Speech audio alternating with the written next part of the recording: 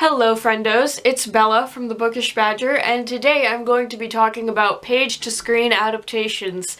And I say talking about as though I'm going to be having a discussion, but it's going to be more like a rant because... A little bit of a disclaimer, I know that there are good book-to-movie and book-to-TV adaptations. In fact, I think my top 5 or top 3 favorite movies are book-to-movie adaptations, but they feel very few and very far between, and there are so many bad ones, and oh, have I had it lately. Something that really gets on my nerves about book-to-screen adaptations is like, okay, so I know that you guys have to cut out stuff because most people don't want to see a 10-hour movie or whatever, but like, why do you have to change things? Like, when the whole plot changes, that's, oh boy, I have actually just like sat there yelling at TV screens before when watching book-to-movie adaptations, because why would they do this to my babies? Why would they mess them up like this? And I know there's creative license to be taken, of course, like directors and writers and everything are going to want to add their bits into the story, but when it loses the whole feel, it's like, why are you, like, you can do this movie, like, that's fine to do this movie, don't say it's based on this book, because they are nothing alike. The prime #1 examples I can think of where it's just like same character names and that's pretty much it is the Percy Jackson and the Lightning Thief movie and the Enchanted movie. Both of those books I love. And you know what? I actually really like the Percy Jackson movie as just a movie. I do not like it as a book-to-movie adaptation because it's nothing like the book. When it first came out, even, I hadn't read the books at that point, and I was like, oh, this is one of my favorite movies. I love it so much. But then I read the book recently, and then I watch the movie, and I'm like, that's trash. Why would you change it so much and still call it Percy Jackson? Why can't you call it Perry Johansson? There you go. It can be like a parody of Percy Jackson. And really, same with the Enchanted movie. That is one of my all-time favorite books, and the movie, it kind of makes my heart hurt a little. I've mentioned this in another video before, but my friends and I used to have this book club that we called Groovy Boovie Club, and basically it was a page-to-screen book club where we would read the book and then we would watch the movie. But whenever we watched the movie, we would count the discrepancies between the book and the movie, and it was so funny. It got pretty spirited a lot. The one with the most discrepancies was definitely Percy Jackson and the Lightning Thief, and that had like a little over 500, but there was another one. It was Stardust by Neil Gaiman, and in the movie, by the end of it, the ending was just like unrecognizable as the book whatsoever. It was so wrong. The movie in Groovy Boovie Club that had the least amount of discrepancies between the book and movie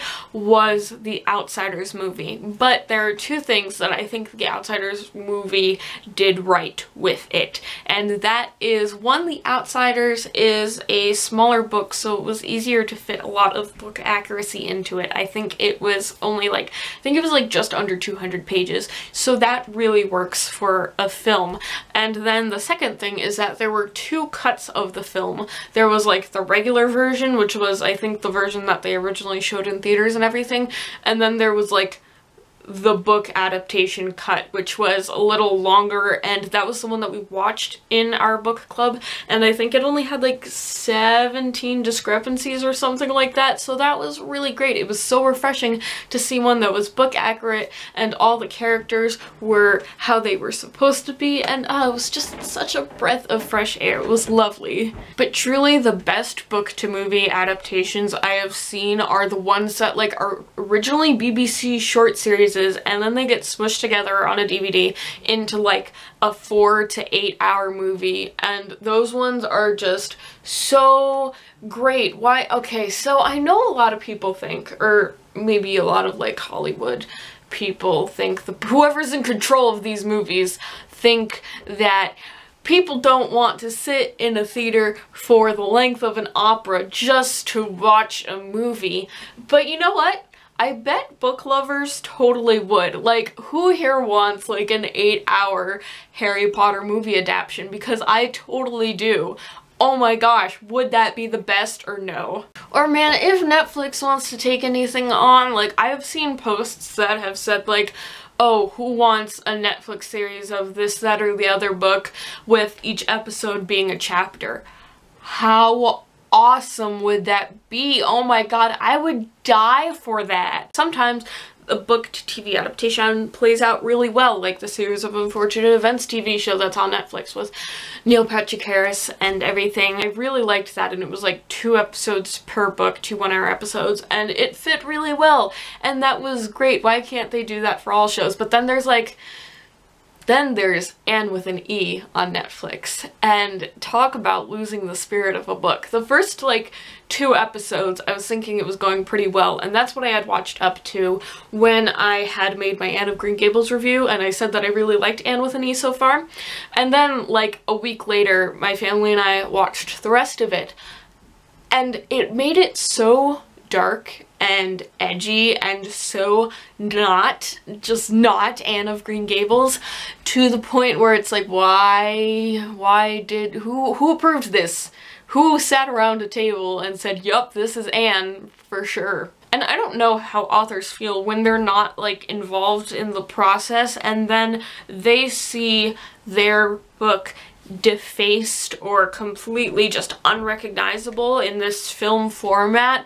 But I personally, as a reader, feel insulted, so goodness knows how they feel. I'm just like, what, my favorite book wasn't good enough for you? You had to change this, that, or the other thing? You had to delete this part or that part? What, because it wasn't entertaining enough for Hollywood? How dare you insult my pride and joy even though I didn't write it? It is still my baby. And then there are just like some little things that they decide to change that it's really not that important to the plot or to the characters, but it's like, it's so easy to keep it the way it would be in the book. Like, why do you have to change it? Why are you messing with us like this? Like, okay, so like Annabeth in the Percy Jackson movies has dark brown hair, and in the book she has blonde hair. Would it have been so hard to put a wig on her? Like, would it really have been? Like, so like little appearance changes that don't really matter, but also they do, you know?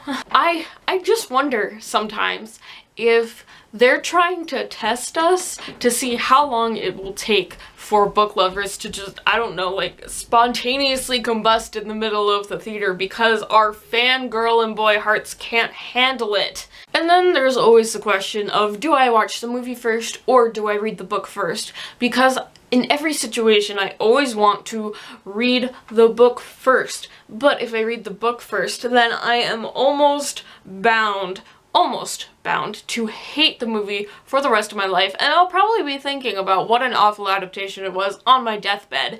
But if I watch the movie first, then I might like it, but then if I read the book, then I'm probably spoiled. But then if I watch the movie and then read the book and then watch the movie again, I will probably like the movie a little bit less, but still enjoy it well enough. And that's what happened to me with the Giver movie.